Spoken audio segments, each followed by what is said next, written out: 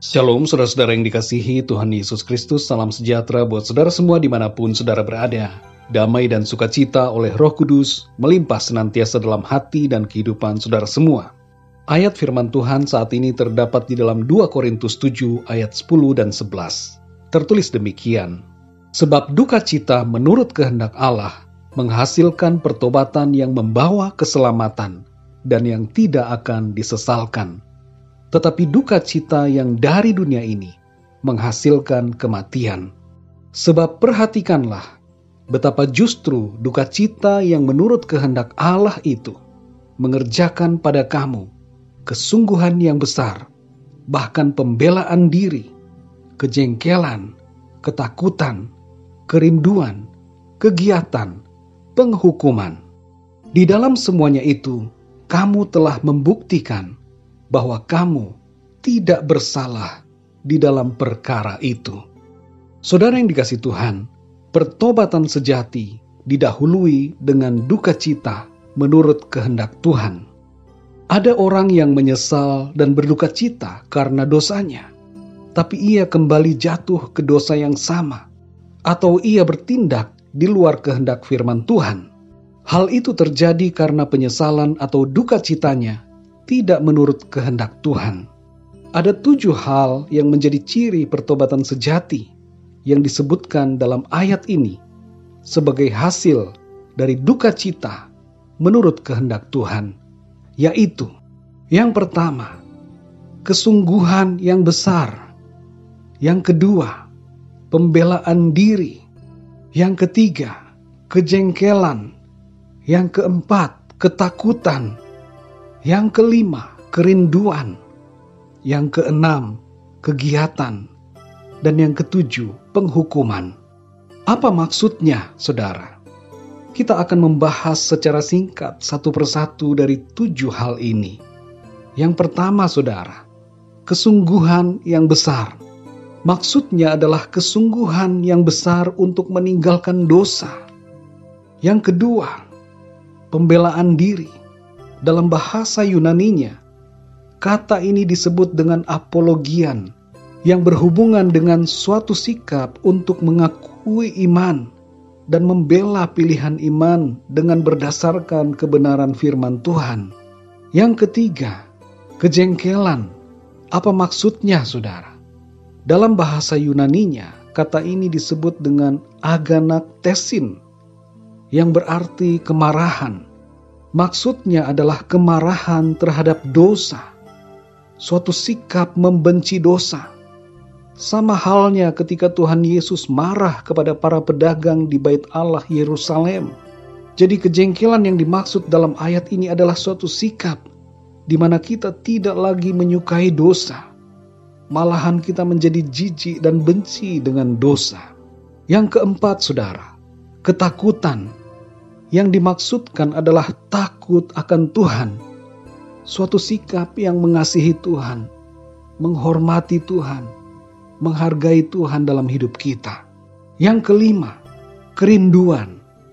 Yang dimaksud dengan kerinduan di sini adalah kerinduan akan kekudusan, mencintai kebenaran dan hidup dalam firman Tuhan. Yang keenam, saudara, kegiatan. Dalam bahasa Yunaninya disebut dengan zelon, yang artinya semangat untuk Tuhan. Orang yang bertobat akan semangat untuk aktif melakukan sesuatu bagi Tuhan, melayani Tuhan dan sesama dengan bersemangat, bersukacita, dengan berapi-api. Yang ketujuh, saudara, penghukuman. Dalam bahasa Yunaninya, kata ini disebut dengan ekdikesin, yang artinya berhubungan dengan keadilan atau pembalasan.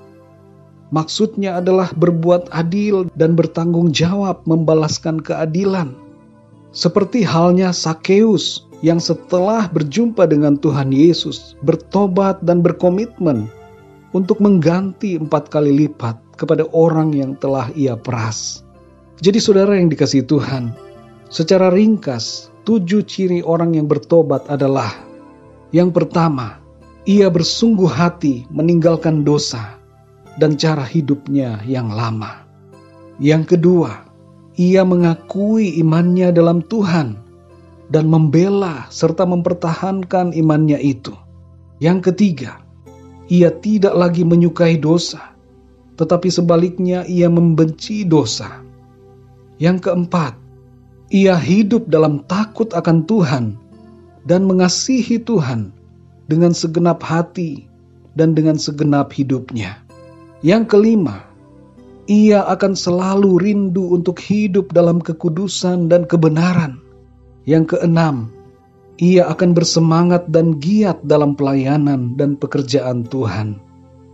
Dan yang ketujuh, ia akan bersikap adil dan bertanggung jawab untuk memperbaiki kesalahannya. Saudara yang dikasihi Tuhan, sudahkah kita memiliki ciri-ciri pertobatan sejati ini dalam hidup kita? Mari cek diri kita masing-masing, saudara. Apakah kita sudah sungguh-sungguh meninggalkan dosa? Atau kita masih bermain-main dengan dosa? Apakah kita berani mengakui dan mempertahankan pengakuan iman kita di hadapan manusia? Apakah kita membenci dosa atau masih kompromi dan toleransi dengan dosa? Apakah kita sungguh-sungguh hidup dalam takut akan Tuhan? Sungguh-sungguh mengasihi Tuhan? Apakah kita memiliki kerinduan pada kekudusan dan kebenaran? Ataukah kita masih menyenangi kenajisan dan ketidakbenaran? Apakah kita bersemangat dan aktif melakukan sesuatu bagi Tuhan dan mengerjakan panggilan pelayanan? Ataukah kita bermalas-malasan dan menjauh dari kegiatan pelayanan kepada Tuhan dan sesama? Apakah kita adil dan bertanggung jawab? Ataukah kita bersikap tidak peduli dan tidak mau bertanggung jawab untuk memperbaiki kesalahan kita? Mari saudara yang dikasihi Tuhan, kita koreksi diri kita masing-masing. Dan bila kita masih kurang dalam ketujuh hal ini, berdoalah kepada Tuhan dan minta kekuatan dari Tuhan untuk menolong agar kita dapat sungguh-sungguh hidup dalam pertobatan. Mari kita berdoa, saudara. Bapa kami di dalam sorga, Bapa di dalam nama Tuhan Yesus Kristus, terima kasih kami mengucap syukur untuk kebenaran firman-Mu ya Tuhan, yang kami dengarkan pada saat ini, yang mengajar kami tentang ciri-ciri pertobatan yang benar dan sejati di hadapan Tuhan. Tolong kami ya Tuhan, supaya kehidupan kami ini benar-benar sungguh-sungguh hidup dalam pertobatan. Kami benar-benar tidak hidup lagi dalam cara hidup kami yang lama. Kami sungguh-sungguh membenci dosa dan benar-benar mengasihi Engkau ya Tuhan Yesus. Hidup dalam takut akan Engkau ya Tuhan. Tolong kami ya Tuhan, bila masih ada area-area dalam hidup kami yang kurang dalam pemandangan mata-Mu. Tolong kami Tuhan, supaya kami mampu sungguh-sungguh hidup menyenangkan hati-Mu. Sungguh-sungguh hidup dalam pertobatan yang dikehendaki oleh Engkau. Terima kasih Bapa. Meteraikanlah setiap kebenaran firman-Mu ya Tuhan, dan pimpin kami ya Roh Kudus, untuk kami terus masuk dalam rencana-Mu yang indah dalam hidup kami, sehingga hidup kami semakin bersinar dan semakin menyenangkan hati Tuhan. Biarlah kasih karunia-Mu Tuhan, anugerah-Mu Tuhan limpahkan bagi kami. Oleh kasih karunia-Mu Tuhan, kami mampu untuk hidup benar di hadapan-Mu. Terima kasih Bapa. Di dalam nama Tuhan Yesus Kristus, kami berdoa dan mengucap syukur. Haleluya. Amin. Puji Tuhan, saudara yang dikasihi Tuhan, saya percaya firman Tuhan menjadi berkat dan kekuatan buat saudara semua.